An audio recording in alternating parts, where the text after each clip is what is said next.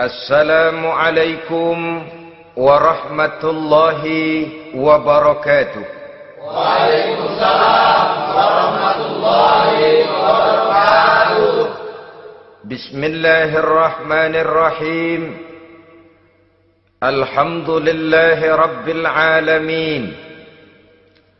Wal aqibatu lil muttaqin. Wala udwana illa 'alal zalimin. والصلاة والسلام على أشرف الأنبياء والمرسلين سيدنا ومولانا محمد وعلى آله وأصحابه المجاهدين الطاهرين أما بعد. Saudara-saudara kaum muslimin rahimakumullah. Salah satu kelebihan makhluk bernama manusia, yaitu bahwa Allah subhanahu wa ta'ala menghiasi hidup manusia ini dengan syahwat atau yang lazimnya kita sebut sebagai hawa nafsu. Inilah tenaga yang merupakan daya dorong yang melahirkan dinamika dalam kehidupan manusia, yang menyebabkan terus-menerus terjadinya perkembangan dalam sejarah peradaban dan kehidupan manusia. Hawa nafsu bisa melambungkan seseorang kepada puncak kejayaan, dan hawa nafsu dapat menenggelamkan seseorang ke dasar jurang kehancuran yang paling dalam. Pada surah Ali Imran ayat 14, Allah subhanahu wa ta'ala berfirman, A'udzu billahi minasy syaithanir rajim. Zuyyina lin-nasi hubbus syahawati minan nisa'i wal banin wal qanatiril muqantarati minadh dhahabi wal fiddah wal khaylil musawwamati wal an'ami wal harth. Dzalika mata'ul hayatid dunya. Wallahu indahu husnul ma'ab. Mari kita perhatikan ayat ini lebih dekat lagi. Allah subhanahu wa ta'ala menjelaskan, Zuyyina linnasi hubbus syahawat. Makhluk manusia itu dihiasi dengan hawa nafsu. Dengan kata lain, hawa nafsu adalah perhiasan. Manusia tanpa hawa nafsu sama saja dengan orang yang tidak berhias, monoton, tidak mempunyai perkembangan dalam gerak kehidupannya. Tetapi kalau hawa nafsu adalah perhiasan, maka jika kita berbicara soal perhiasan, ada dua hal yang harus menjadi catatan pokok. Pertama, kapan satu perhiasan boleh kita pakai?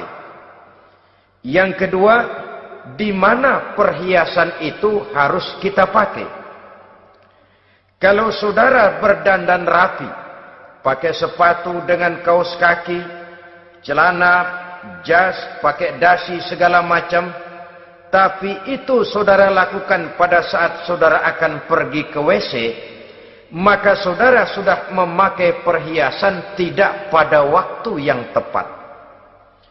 Begitupun sebaliknya, kalau jam tangan saudara pakai di kaki, kopiah saudara pasang di kaki, lalu sepatu naik ke atas jidat, maka saudara memakai perhiasan tidak pada tempatnya yang tepat.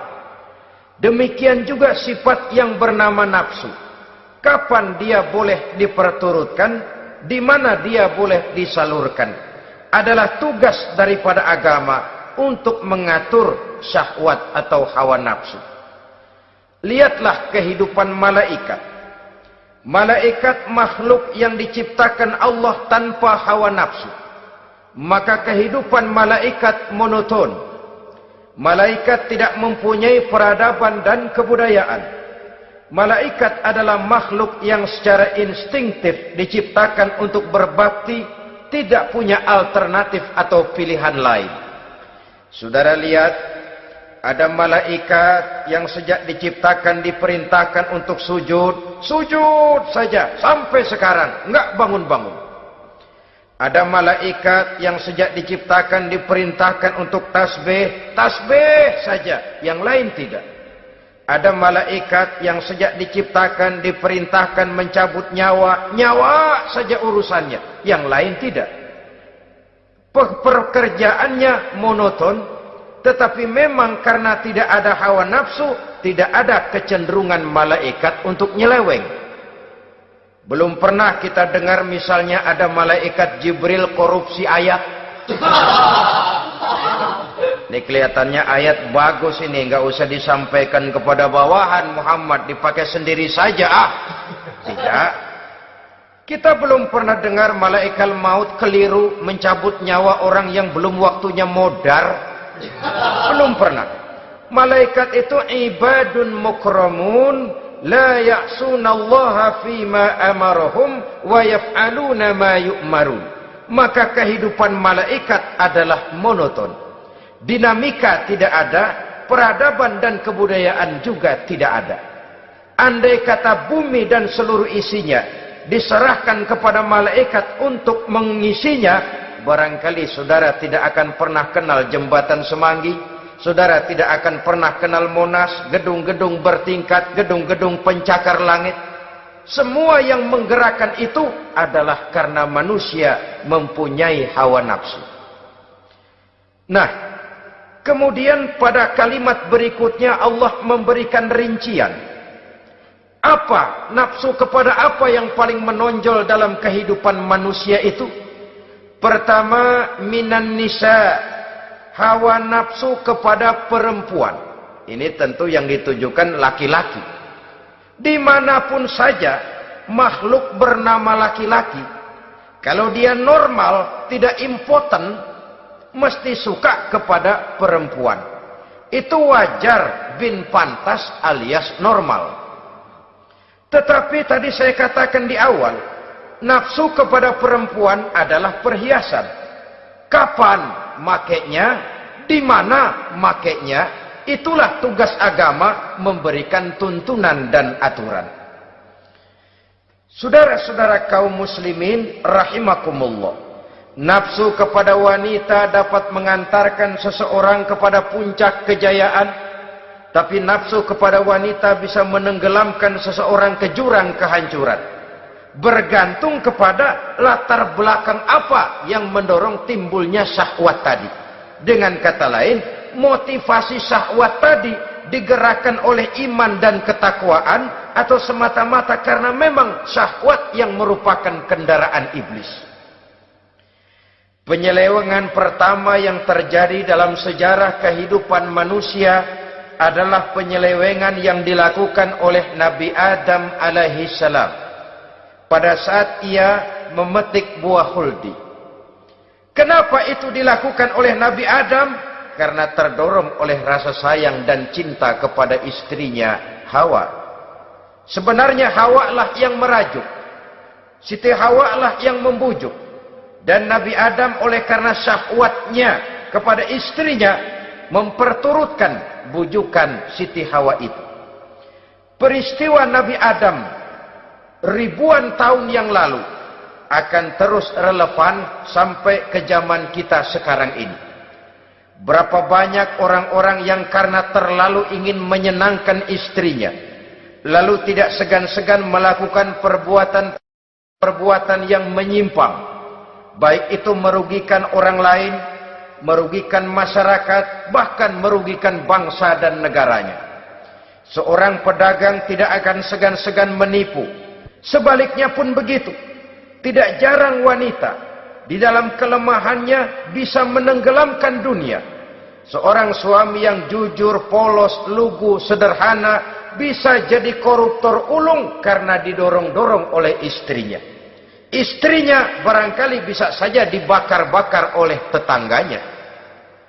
Suaminya jujur, sederhana, kepala bagian, tempatnya basah tapi melarat.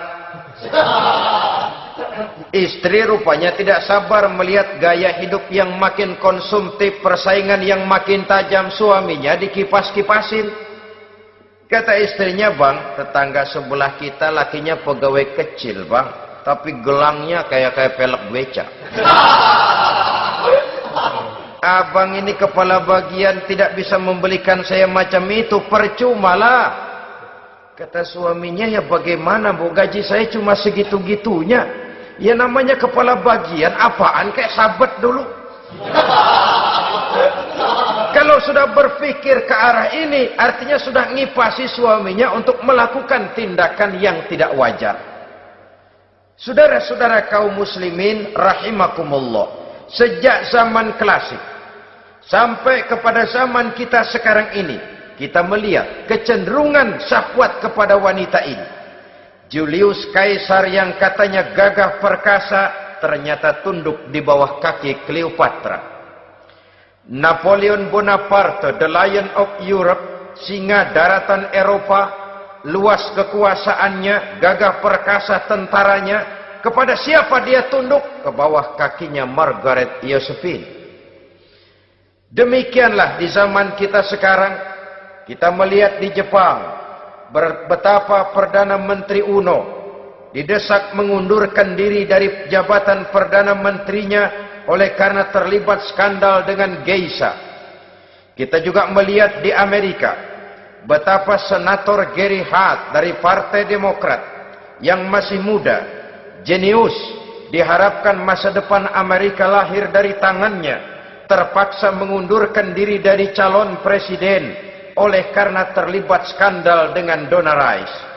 Kita juga menyaksikan betapa parlemen dan kabinet di Inggris sempat geger oleh karena skandal Pamela Bordes, pelacur kelas kakap yang melanglang buana mencari sasaran-sasaran kakap. Ini adalah kisah kejatuhan yang diakibatkan oleh hubbus syahawat minan nisa. Oleh karenanya benar jika Nabi kita menyatakan an-nisa'u imadul bilad, wanita adalah tiang negara. Jikalau baik wanita, baik negara. Jikalau rusak wanita, hancur negara.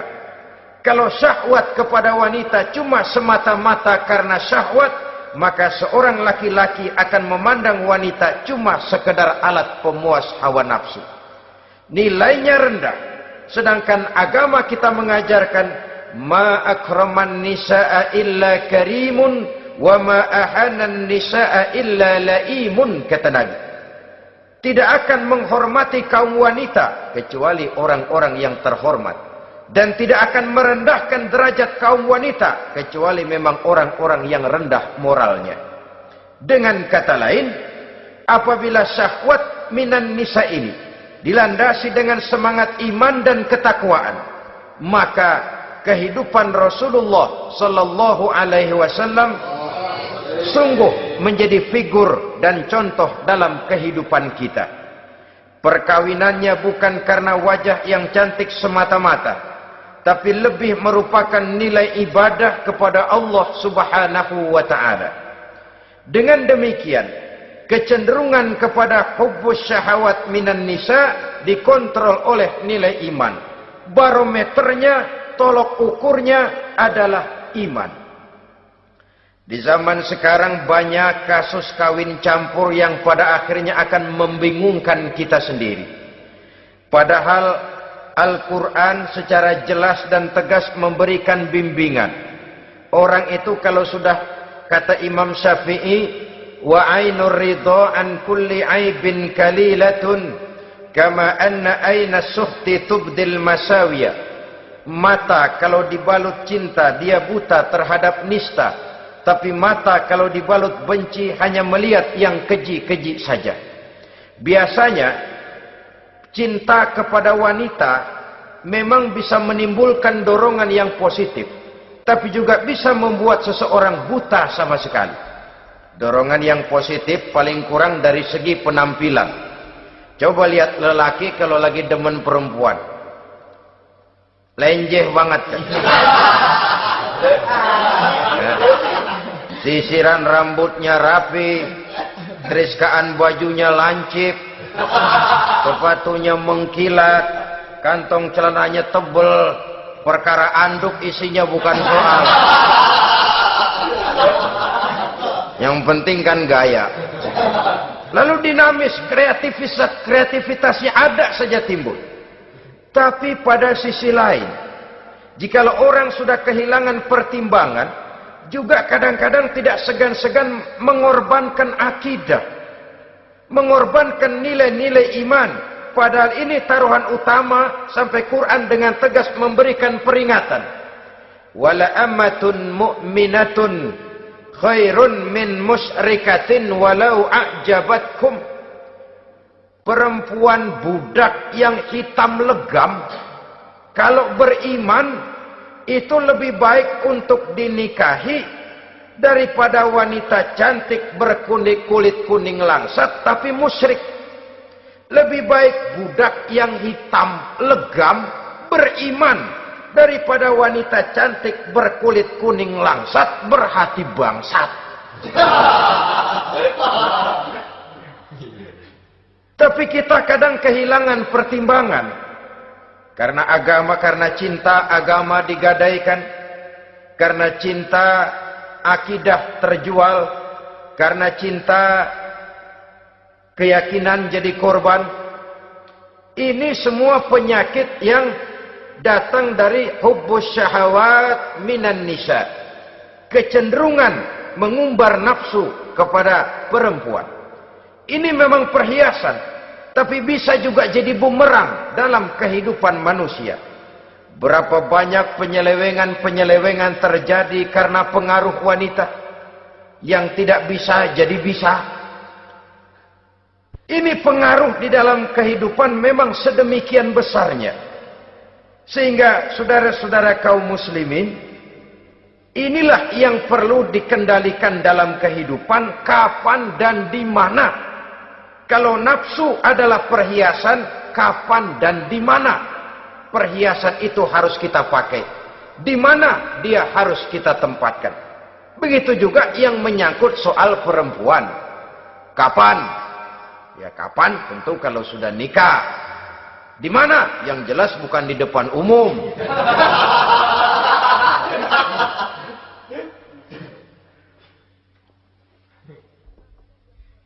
Ini nafsu yang pertama, minan nisa. Yang kedua, wal banin. Dihiasi juga manusia dengan kecintaan kepada banin. Makna banin di sini al-aulad, anak-anak laki. Kenapa disebut banin, anak-anak laki? Karena pertama, sering anak laki itu lebih jadi kebanggaan buat orang tuanya ketimbang anak perempuan. Sebabnya apa? Pertama, faktor nasab. Silsilah lebih kuat kepada laki-laki ketimbang perempuan. Yang kedua, faktor cita-cita. Orang tua kalau punya anak laki-laki, cita-citanya panjang. Nak, kau nanti jadi dokter ya. Nak, jadi insinyur ya. Nak, jadi pilot ya. Nak, jadi pengusaha ya. Nak, jadi presiden ya. Tapi kalau dia punya anak perempuan, paling, ya nak, mudah-mudahan nanti kamu dapat jodoh orang baik nak. Dapat jodoh orang soleh. Saudara-saudara, yang ketiga, anak perempuan itu kalau sudah berkeluarga biasanya pindah kepada lingkungan keluarga lain, sehingga orang berkata punya anak perempuan banyak sebenarnya seperti agen. Artinya ada yang mau bawa, kan begitu. Ada yang minta ambil, ada yang berminat buntel. Paling dia nengokin orang tuanya ya lebaran. Ya syukur kalau sebulan sekali atau seminggu sekali, tapi minimnya kan lebaran.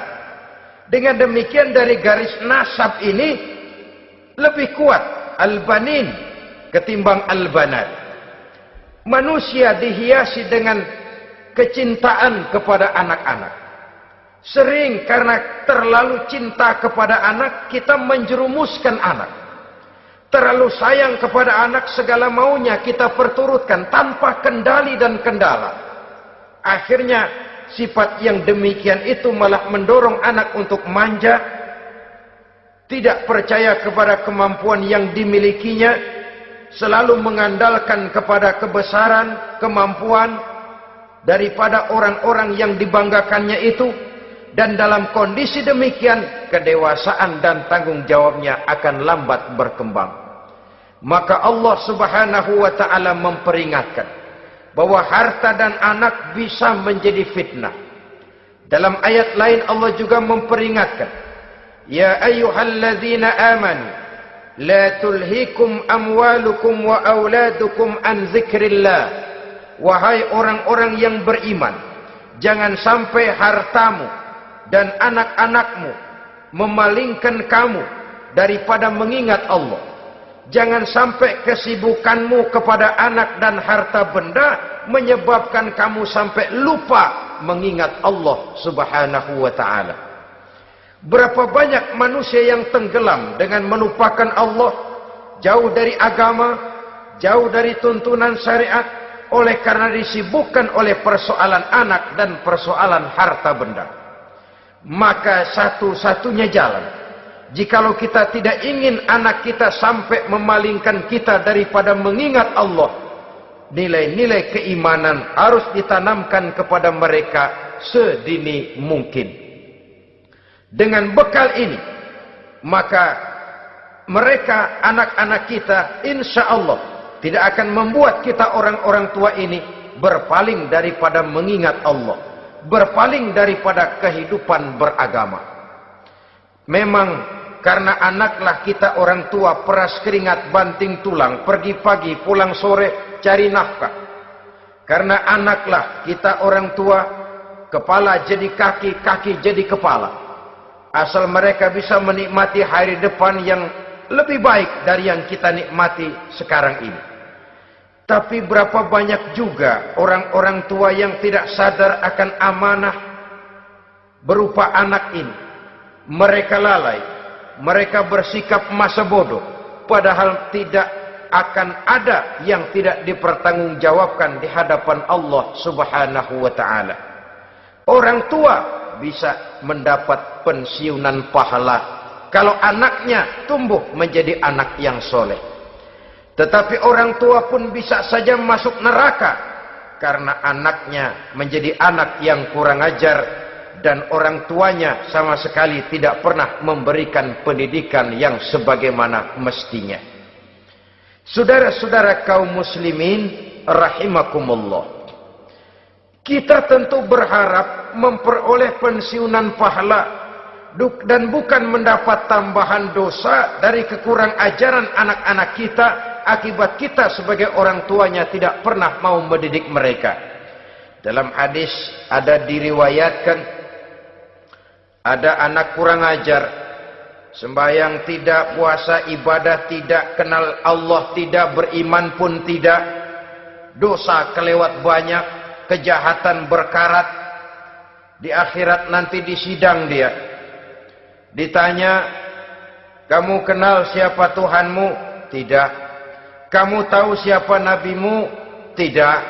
Kitab sucimu apa? Tidak tahu.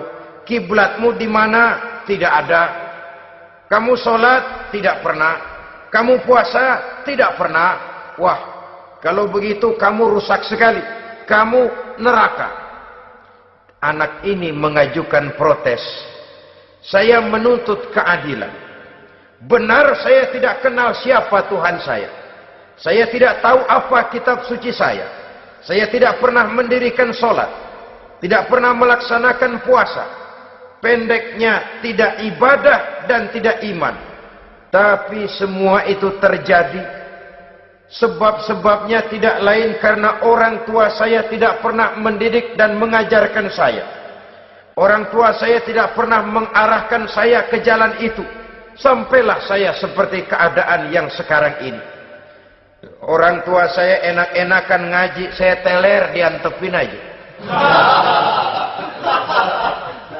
Orang tua saya memegang kitab, saya megang botol.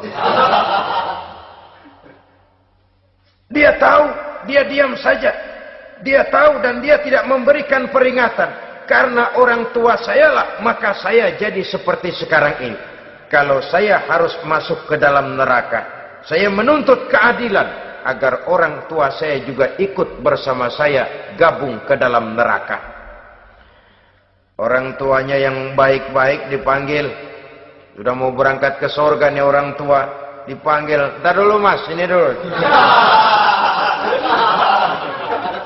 Mau kemana, gancang banget? Surga pak, nanti dulu urusan belum beres.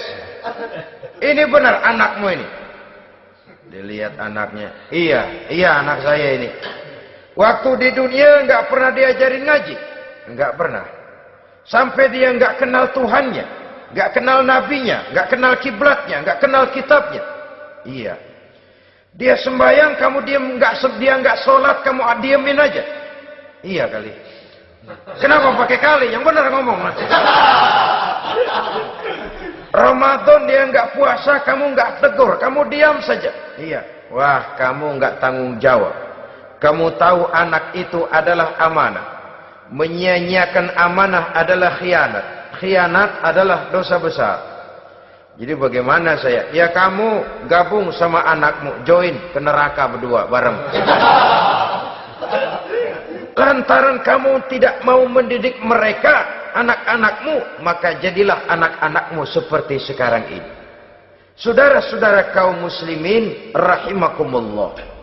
Sebaliknya, jikalau anak-anak kita yang kita cintai ini, yang merupakan buah hati belahan jantung, tumbuh dan berkembang menjadi anak-anak yang soleh, yang bermanfaat bagi masyarakatnya, bagi agama, bangsa dan negaranya, kita orang tuanya bolehlah tentram menerima pensiunan pahala. Menerima pensiunan pahala dari kesolehan anak yang ditinggalkannya. Alangkah nikmatnya mendapat pensiunan pahala. Terbaring kita di bawah pohon kemboja, nilai kebaikan kita dikenal orang, nama kita akan tetap hidup. Oleh karena kita meninggalkan anak-anak yang tumbuh menjadi generasi yang soleh, bukan anak yang salah. Oleh karenanya, kecintaan kepada anak jangan sampai membuat kita lalai dari mengarahkan mereka kepada kehidupan beragama. Di zaman sekarang ini, kecenderungan kita mengarahkan anak pun sudah kepada kecenderungan yang berbau materialistis. Maka yang ramai bagaimana anak bisa mengejar program MBA, Master of Business Administration, supaya keluar bisa jadi manajer. Bagaimana anak lalu kursus komputer, supaya keluar menjadi tenaga yang canggih di bidang komputer. Ya, kalau dia perempuan cantik, bagaimana dia bisa masuk Akademi Sekretaris and Management, supaya bisa jadi sekretaris. Atau bagaimana dia bisa masuk sekolah nyanyi, supaya nanti jadi penyanyi dengan tarik suara, uang lalu mengalir ke dalam kocek jutaan nilainya. Maka yang ramai pun hal-hal yang semacam itu.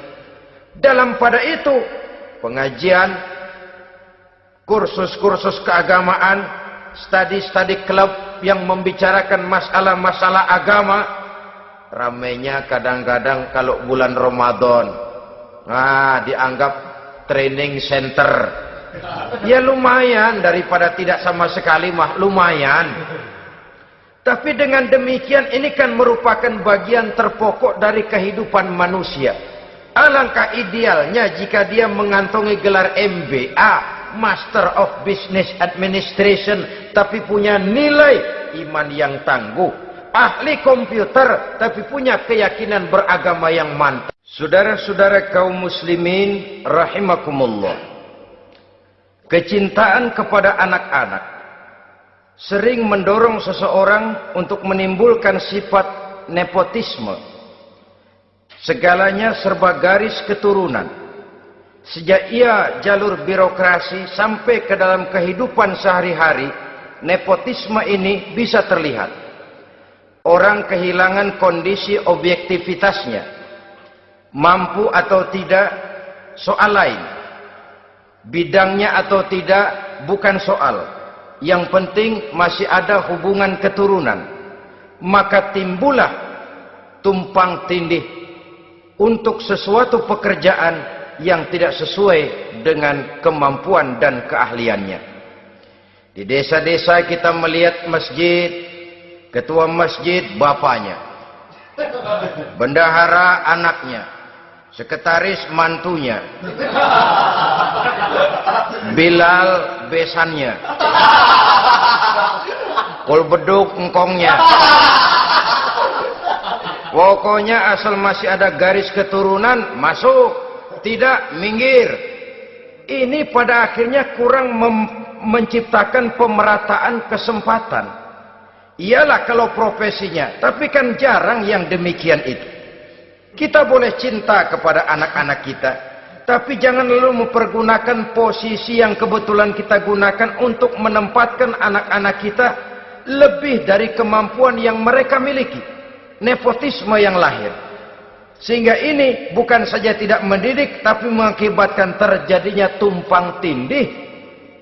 Tidak lagi berprinsip the right man on the right job, bahwa orang harus ditempatkan sesuai dengan keahliannya, tapi kita sudah berpikir subjektif. Ahli atau tidak ahli, asal masih berbau keturunan, ayo silahkan. Nepotisme yang akan lahir. Oleh karenanya, mencintai anak adalah sesuatu yang merupakan perhiasan di dalam kehidupan. Wajar, tetapi harus kita menempatkannya sesuai dengan semestinya. Ini yang kedua. Yang ketiga, nafsu yang menghiasi hidup manusia itu adalah nafsu kepada wal qanatiril muqantarati minadz zahabi wal fiddah. Al-qantarah ay al-malul katsir. Kecintaan, kesenangan, nafsu kepada harta benda yang banyak daripada emas dan perak. Ini tentu sesuai dengan situasi dan kondisi. Kecintaan untuk mengumpulkan harta benda yang sebanyak-banyaknya. Baik itu berupa emas, baik itu berupa perak. Ini cuma penyebutan beberapa jenis dari kecenderungan manusia kepada harta benda. Bukankah sering dikatakan orang bahwa manusia di dalam berhadapan dengan harta itu seperti meminum air laut. Makin diminum, makin kering tenggorokan, makin haus kita dibuatnya. Apabila watak ini kita perturutkan, maka manusia tidak akan pernah kenal puas, tidak akan pernah kenal cukup. Nabi kita memberikan peringatan. Lau anna libni Adam wadiyani min zahabin labtagha lahuma thalisan wa la yamla'u jawfa ibni Adam illa turab. Andai kata manusia mempunyai dua buah ladang yang seluruhnya berisi emas, akan puaskah manusia? Tidak. Mereka akan cari ladang emas yang ketiga. Wala yamla'u jawfa ibni Adam illa turab. Sungguh mulut manusia ini tidak akan pernah penuh terisi kecuali kalau sudah disumpal dengan tanah. Artinya kalau sudah dia dipendam di liang lahat baru cukup. Tetapi sepanjang dia masih bergerak, masih hidup dan bernyawa, masih bisa berusaha dan berbuat, dia tidak akan pernah mengenal puas. Ini akan mendorong manusia terjebak kepada menghalalkan segala cara untuk mencapai tujuan. Yang penting kaya, kan begitu. Dan cepat. Sebab sekarang orang sering motong kompas. Yang penting kan cepat kaya. Soal cara, kalau jujur aja mah, sampai kapan mau kaya? Perkara itu renten, bukan soal. Perkara itu judi, tidak jadi masalah. perkara itu korupsi, menyangkut hak orang banyak, bukan soal. Yang penting cepat kaya. Dan anehnya lagi, tidak malu menumpuk kekayaan dengan cara yang tidak wajar. Ya kan orang hidup bermasyarakat tuh bisa dianalisa tuh. Emang usahanya apa sih? Gajinya sebulan berapa sih? Kok bisa gitu-gitu bener sih? Dari mana sih?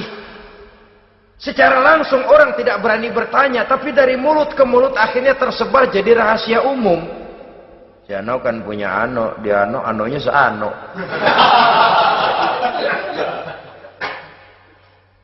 Ini bisa jadi bahan pertanyaan dalam kehidupan, akhirnya jadi gunjingan.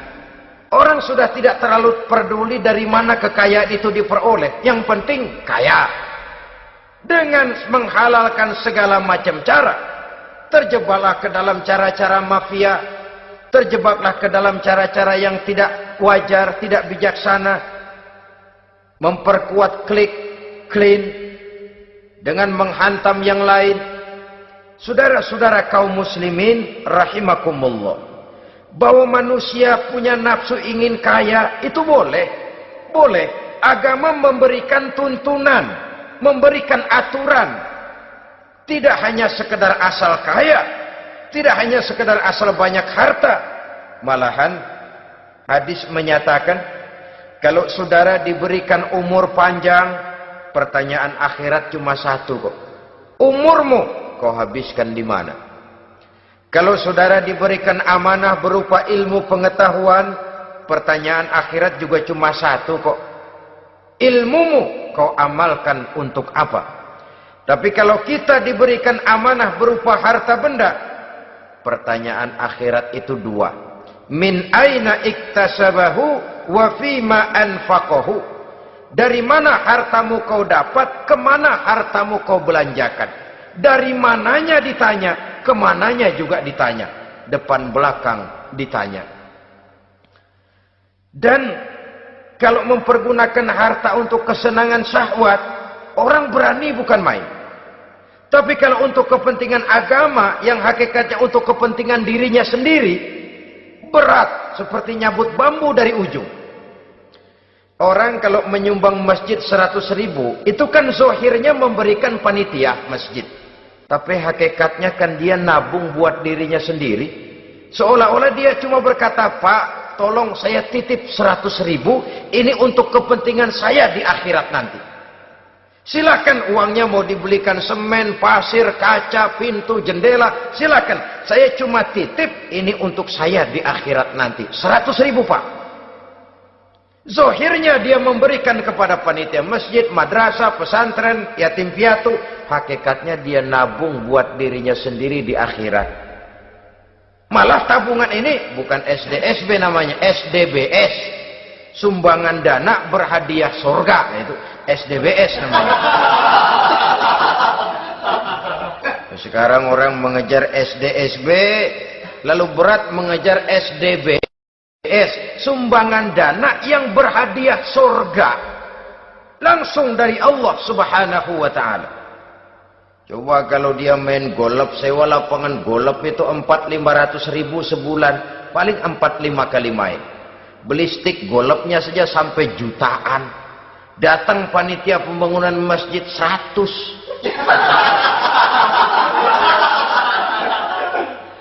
Minta didoain masuk surga lagi. Surga 100.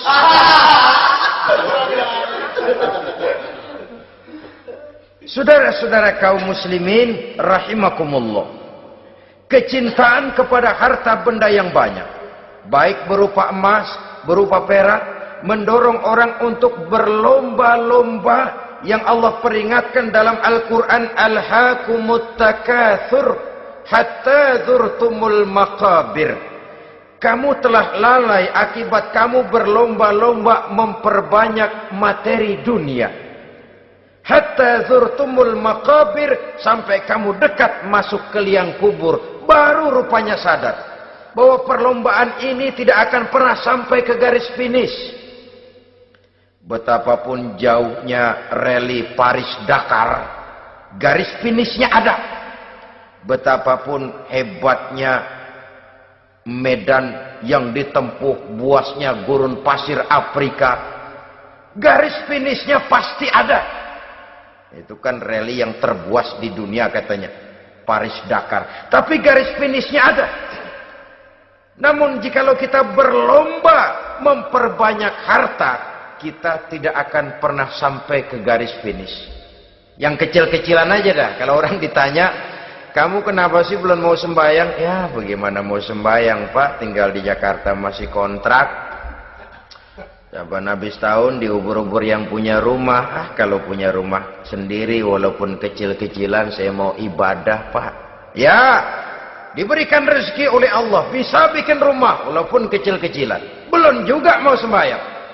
Kok belum juga sembahyang? Iya Pak, rumah emang udah punya sendiri, cuman kecil Pak. Atasnya atap, kalau hujan aja bocor.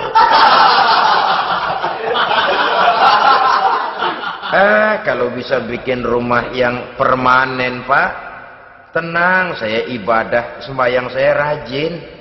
Iyalah, diberikan rezeki, bisa bikin rumah permanen. Bagus rumahnya. Lain lagi.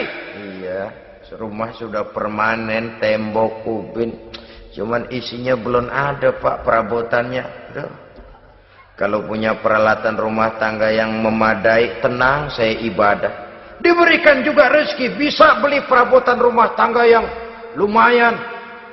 Di atas tehelnya sudah pakai karpet, mebelnya spaghetti, tempat tidurnya alga spring bed, dan low pillow, ada kulkas, ada TV, di sebelah TV ada kunci mobil. Kuncinya mobilnya.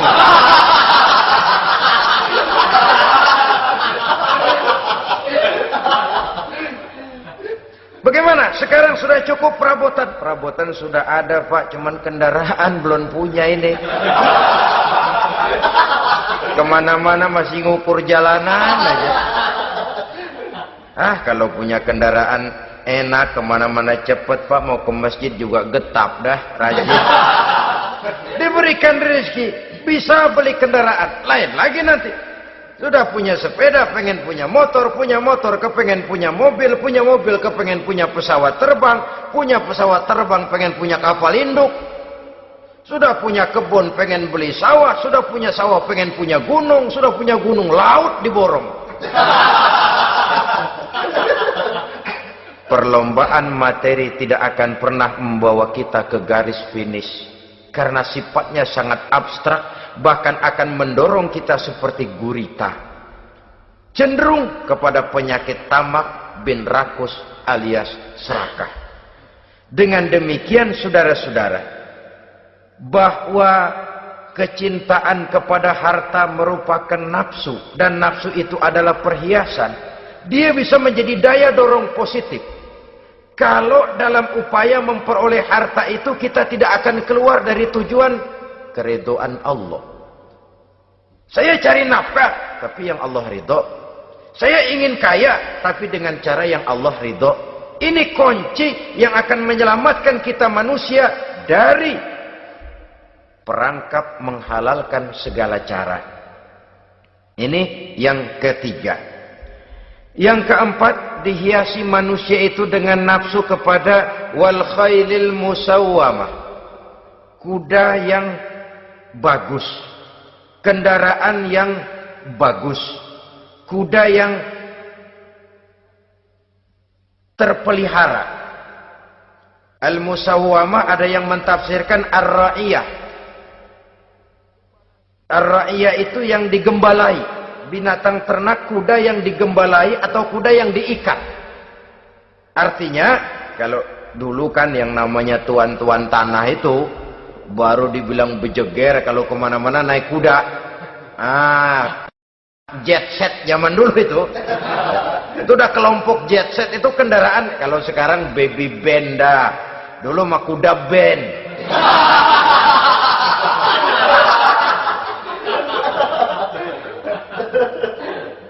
Manusia punya kecenderungan suka kepada kendaraan. Apalagi di zaman sekarang ini, wah, iklan-iklan itu kan sangat menggoda kita.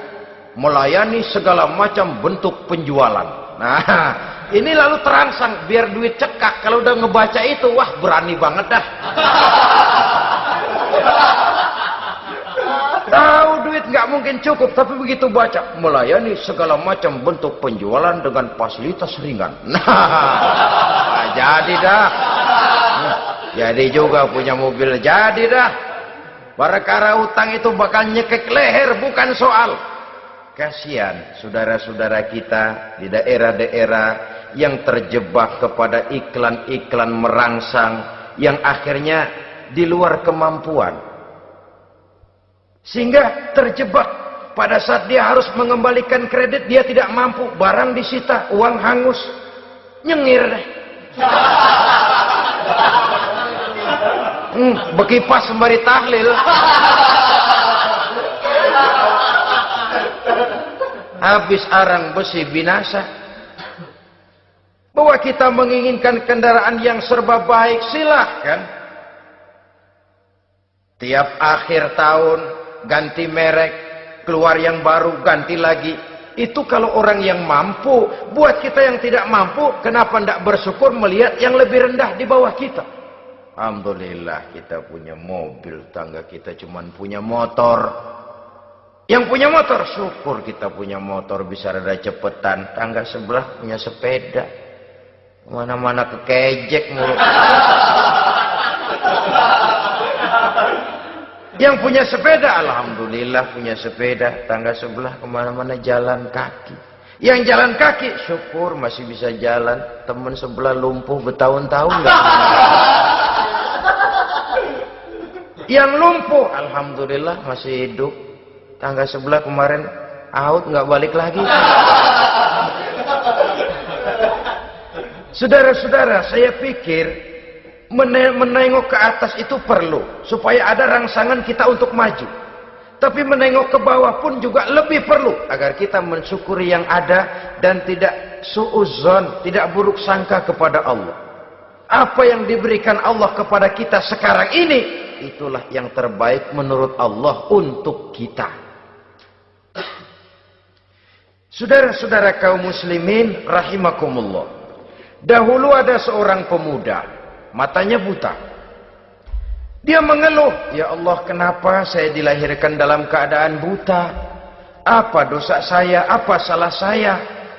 Andai kata saya tidak buta, saya melihat keindahan alam ini, saya lebih akan bersyukur kepadamu ya Allah. Nah sudah, dia berburuk sangka kepada Allah. Satu hari, ini Raja Baduy di pedalaman mengerahkan tentaranya menculik anak-anak muda. Ini Raja Baduy ini kanibal, artinya suka makan daging manusia. Anak-anak muda ini diculik. Yang masih muda-muda ya, kalau kambing muda itu kan di sop rada sedap. Rupanya ini Raja kanibal ini begitu. Anak-anak muda termasuk ya pemuda yang buta tadi itu kena culik. Ya sudah diculik, rawatlah di istana raja ini, diberikan pakaian bagus, dikasih makan serba enak. Sebab apa? Supaya badannya gemuk. Setelah gemuk nanti dipotong di sop legit. Sudah, kerjanya cuma makan tidur, fasilitas nikmat, tidur enak. Udah giliran dapat 1 bulan 2 bulan kemudian, ketika mau diambil anak-anak muda ini, raja sendiri yang milih mana yang disop duluan nih. Sampai giliran anak muda yang buta ini, raja geleng kepala. Yang begini mah buta, dagingnya nggak enak. Ini satu lepas aja, lepas. Saya mau makan daging orang buta, lepas aja. Pulang ini anak muda, batinnya bersyukur, sujud syukur, ya Allah, katanya untung saya buta. Coba kalau saya nggak buta udah habis saya disop. 2 bulan yang lalu dia mengeluh, ya Allah, kenapa saya dilahirkan dalam keadaan buta? Sekarang dalam pulang ke rumah, perjalanan menuju ke rumah, dia berkata, alhamdulillah, andai kata saya tidak buta, habis badan saya disop oleh raja yang kanibal tadi. Saudara-saudara kaum muslimin rahimakumullah. Jadi dengan demikian pola hidup yang konsumtif sesungguhnya sangat tidak mendidik apabila dilatar belakangi oleh kemampuan yang tidak menunjang. Dengan demikian setidaknya mendidik orang untuk berkhayal. Anak-anak muda sama merek mobil ngerti banget dah, punya kagak? Ini BMW model terakhir nih. Nih kemarin gue ngeliat di sana, gue megang rame banget.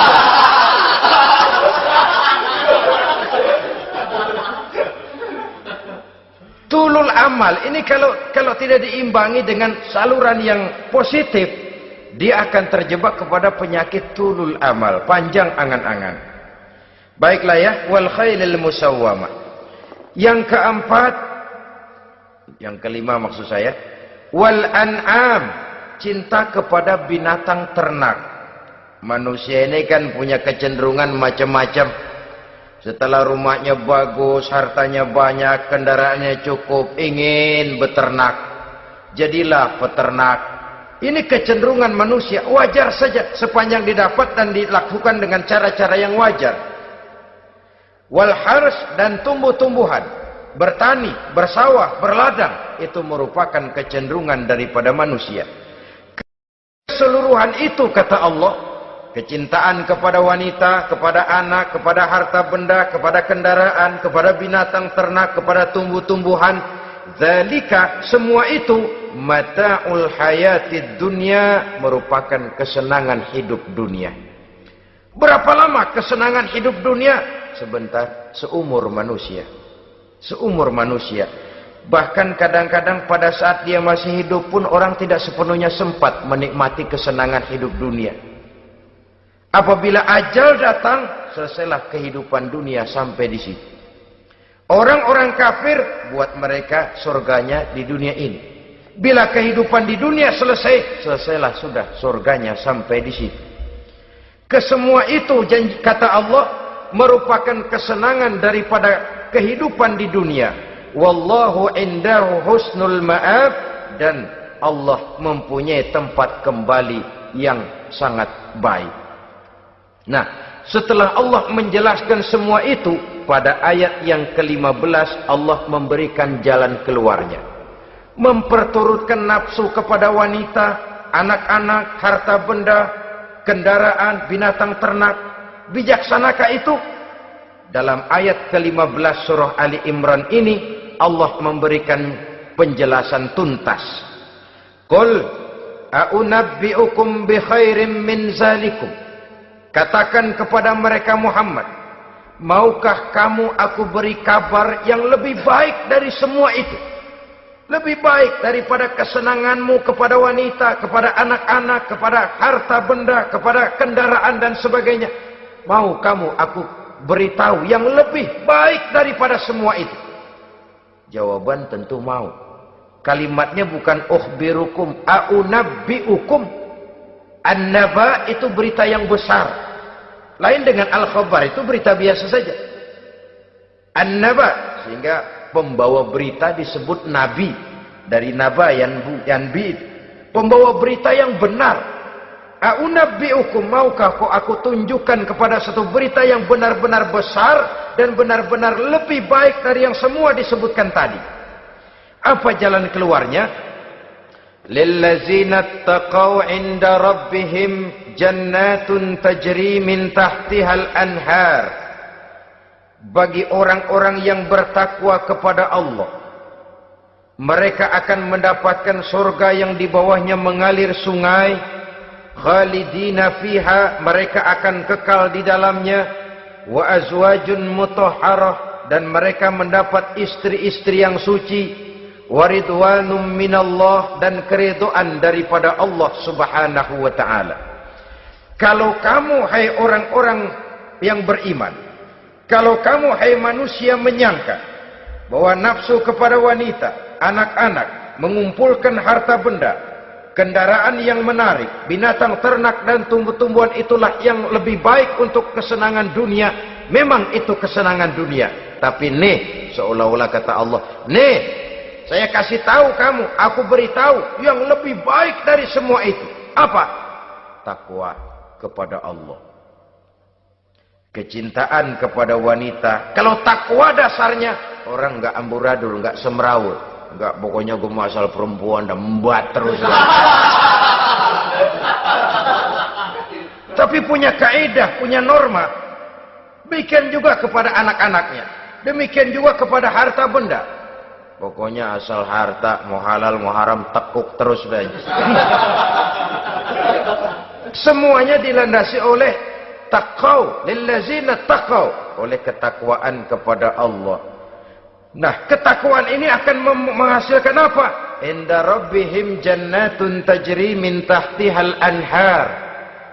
Melahirkan, menghasilkan surga yang di bawahnya mengalir sungai-sungai.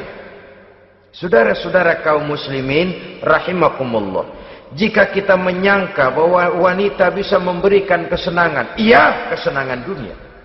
Jika kita menyangka bahwa harta benda bisa memberikan kesenangan, iya, kesenangan dunia. Jika kita menyangka bahwa kendaraan bisa memberikan kesenangan, iya, kesenangan dunia. Tapi kita tidak cuma ingin itu, kita ingin itu semua juga bisa membawa kesenangan akhirat. Caranya landasi dengan takwa. Kesenangan kepada wanita didasari dengan takwa. Maka jangan jadikan wanita cuma sekedar alat pemuas hawa nafsu. Kesenangan kepada anak-anak dilandasi dengan takwa. Maka anak-anak diarahkan kepada jalan yang diridhoi Allah. Kesenangan kepada kendaraan dilandasi dengan takwa, maka kendaraannya selalu mengarah berjalan menuju jalan takwa, diridhoi oleh Allah Subhanahu wa taala. Kalau tidak, tuh mobil asal lempengan Ancol gancang banget dah. Tapi giliran dihadapin ke masjid, mogok melulu. Urusan ngaji ada aja halangannya tuh kendaraan. Tapi kalau untuk urusan maksiat, ngebut benar-benar. Dilandasi dengan ketakwaan. Sehingga dengan demikian, tidak hanya sekedar surga di dunia ini, tapi lebih-lebih di surga di akhirat nanti. Khalidina fiha, kekal. Kalau dunia ini kan zillun zail, bayangan. Hari ini kita jaya, besok kita bangkrut. Siapa yang mau menghalangi? Hari ini kita melambung, besok kita nyungsep. Siapa yang bisa menarik? Tidak kekal, berubah, temporer, relatif. Di sana, kebahagiaan yang dilandasi dengan takwa ini sudah surga, kekal di dalamnya, azwajun mutahharah. Mendapat istri-istri yang suci. Suci dalam arti belum pernah dijamah orang lain. Suci dalam arti tidak pernah terkena halangan. Seperti men misalnya. Baik menstruasi atau mencret, itu tidak. Azwajun mutahharah. Konon makna mutahharah ini ya artinya juga bisa selalu gadis. Bidadari itu. Selalu perawan. Tidak pernah janda. Walaupun tiap hari dipakai. Perawan terus. Dan yang lebih penting, waridwanum minallah, mendapat ridho dari Allah Subhanahu wa taala.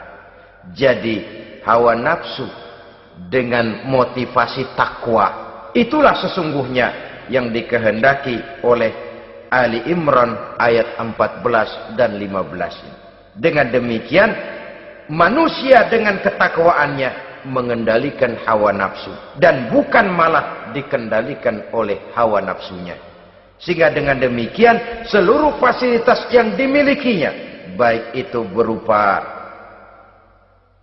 istri, anak, kendaraan, binatang ternak, harta benda, tanam-tanaman, seluruhnya semakin meningkatkan ketakwaannya kepada Allah Subhanahu wa taala.